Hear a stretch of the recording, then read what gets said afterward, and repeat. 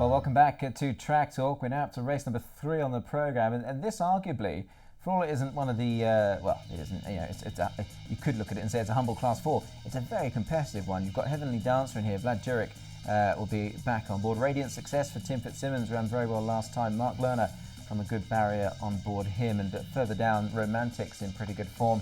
And over the page we go to the likes of Prosperous Return, who won his maiden last time out, is dropping back in trip though this time around. You've also got Terrific in the race. Hot Shot Slam and Despacito will need something to come out for them to secure a run. So look, Tim Fitzsimmons, as we've mentioned, has got his horses in very good form, and I couldn't go round to his yard without asking him about Radiant Success in the colours of the Lucky Stable, a horse who ran very well last time out. Here's what Tim had to say, and he also gave a very heartfelt mention to the outgoing Cliff Brown as well, a man he was longly associated with here in Singapore. Well, Tim, an excellent run from Radiant Success last time out. Prospect of him going one better, I'm sure you're certainly hoping for that. I hope so. Yeah, he ran really well the other day. He sort of, it was only the last 100 metres that he really got going. It looked like he was sort of just going to whack away, but then he really hit the line really well. So yeah, hoping for an improved run this week and hopefully can go one better. Obviously nice to have horses for the Lucky Stable. Not as prominent an owner as they perhaps once were here, but obviously with Radiant Success you've got a nice horse for them, and I'm sure getting a win in those silks would mean quite a bit. Yeah, for sure. No, it was great when they gave me a call that they were going to send me a horse. I was really excited to train for them. And just on him as a horse, Tim, obviously, I mean, he's in Class 4 this week. Is that sort of, you know, where his future possibly lies, or you know, did you feel maybe he can sort of certainly progress from that grade of racing? Yeah, I think he's around about his mark at the moment, but there's no reason why he couldn't be competitive in Class 3 as well. And just finally, on the form of the team, obviously we saw good old Syrian win again the other week. Obviously that was quite nice, obviously given that you own him as well, so that was obviously an extra bonus, but they're in really good form, so good start to the year. Yeah, really happy with how they're all running. And now I've inherited a few more horses since Cliff's left, so I'll start having a lot more runners than I have been. I've only been having 2 or 3 runners a week, so hopefully we can have a few more winners over the next few months. And just on your former boss's departure, obviously, sad news for Singapore racing, and many happy years there, you working for him. What would be the lasting memory for you, Tim, working for C. Brown? Yeah, look, it was very sad when he told me the news that he was leaving. I'll miss talking to him every day and getting advice off him. So many memories. We came on the same plane up together. I owe him a lot, and probably the horses that hold a special place in my heart was the Derby when Clint won. Yeah. He was one of my favourites, and then Zach Spirit and Deck Collector were the next 2. And obviously winning the Gold Cup with Gill Complex. The list is endless. It was great to always work with. We always had top quality horses, and it was always great to watch Cliff. He's a master. I firmly believe he's a master of training good horses, and it was great to learn off him, and hopefully someday I can win a group race as well. Yes, I certainly think Tim will be winning group races very shortly. He's got some nice horses in his stable, and obviously a nice heartfelt tribute there to Cliff Brown. Let's have a look at Romantic now, running second last time out. Despacito the second, Emergency. Look, these conditions should suit this horse. He is a course and distance winner. Simon Cock is booked. He's won on him as well. So there's a lot to like about him. Simon taking a kilo off means he'll only carry 53.5. The handicapper has put him up 2 points on the back of this run, which I think was fair because he's only just got run out of it. You take the winner out, and he's beaten the third horse, nearly 2.5 lengths there. Here's Prosperous Return. Now, he was a maiden winner last time, restricted maiden, I should say. Vlad Jurek was his first winner back of the new year. Now, look, he beat Iron Prince here, who would have run this weekend, but has been scratched. Look, he's dropping back in trip, which I think is probably a positive, because if you watch this, the final 100 metres or so, he's just coming to the end of his tether a little bit, the son of Fighting Sun. So I think coming back in trip will suit. Handicap has given him an opening mark of 56, which I think is kind of fair, really. That horse back in third is Real Effecto, so he could frank the form in race 2 of the afternoon. And a bit of track work there with Sincerely, working quite nicely. And at the Tivik stable certainly know what it takes to find nice horses, don't they? They've had plenty down through the years, obviously most recently the late great Bold Thruster. Well, we can once again hear from Stephen Gray. He's got a very competitive-looking runner in this, in the shape of Heavenly Dancer. And once again, I put Raymond Yong to task, and he went round and was asking the questions this week. I'm here with Stephen Gray, the trainer of Heavenly Dancers. Last start, slow out the gate. What do you think of this chance this time around? Yeah, it was slow away, unfortunately, last start, and probably cost any chance. But so we've gone back onto the all-weather, which he's been very competitive. Only negative is carrying the big weight, but I've decided to go with the jockey that's done well on him and see how we go. Outstanding performance previously, but ultra consistent. Do you think we can keep him in class 4?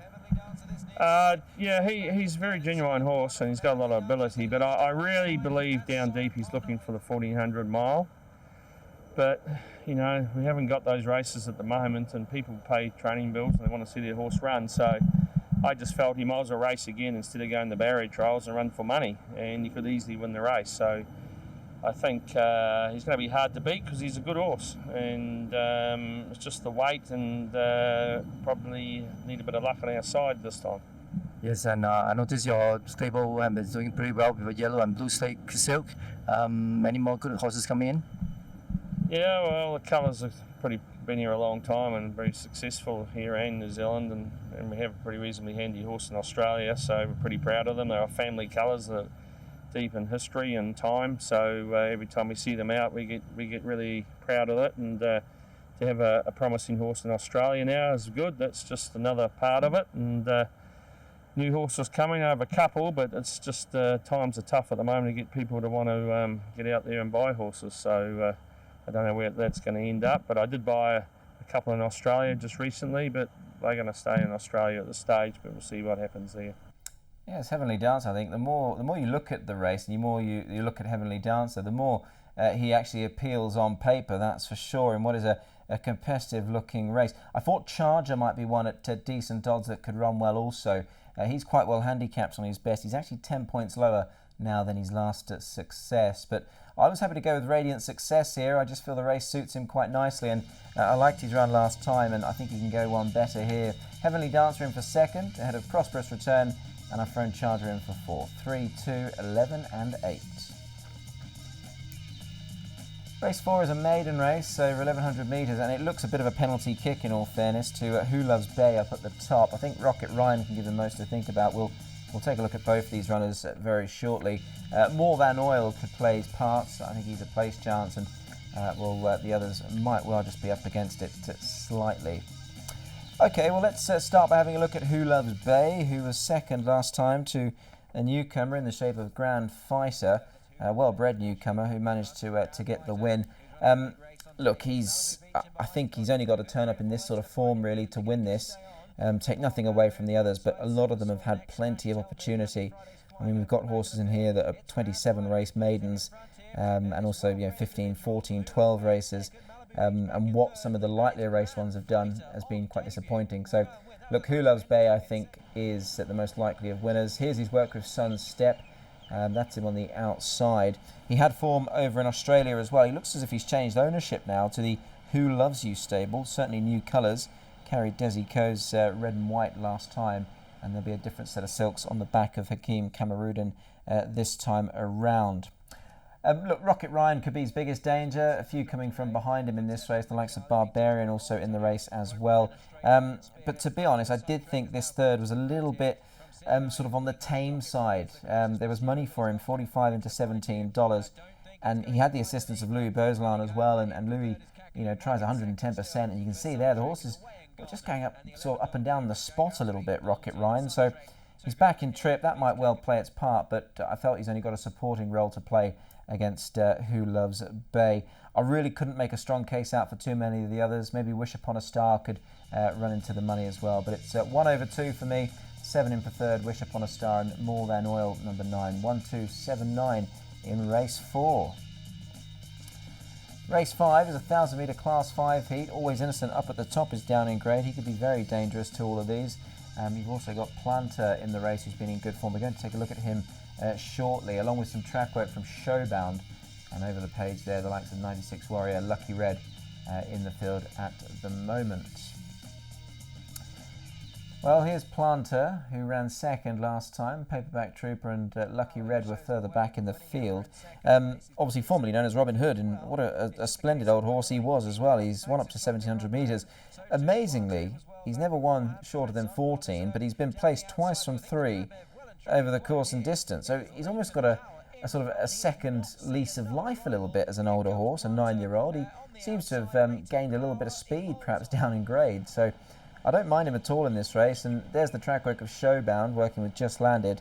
Vlad will take the ride on Showbound here. First go over the trip, and he's actually yet to win a race. So the champ's got his work cut out to possibly get him into the winners' circle here in this Class 5 sprint. Typically, look, it's fiercely competitive. Hero Star won a couple of starts back. You could give him some sort of chance. And look, Always Innocent up at the top, I think deserves plenty of credit. He's a course and distance winner, and he's down in grade as well. So there's plenty to like about him. He'll do for me over number 2, Miracle, who can also run well. Second start in the grade. I've thrown Showbound in for third, and 3, Planter, goes in for fourth. 1, 2, 4, and 3 for me there. Well, that's the maiden and the Class 5. The maiden looking very straightforward. The Class 5 perhaps not so. Commercial break time coming up here on Track Talk. Don't go anywhere. Do join us after the break. More action coming up here on the show for March the 6th.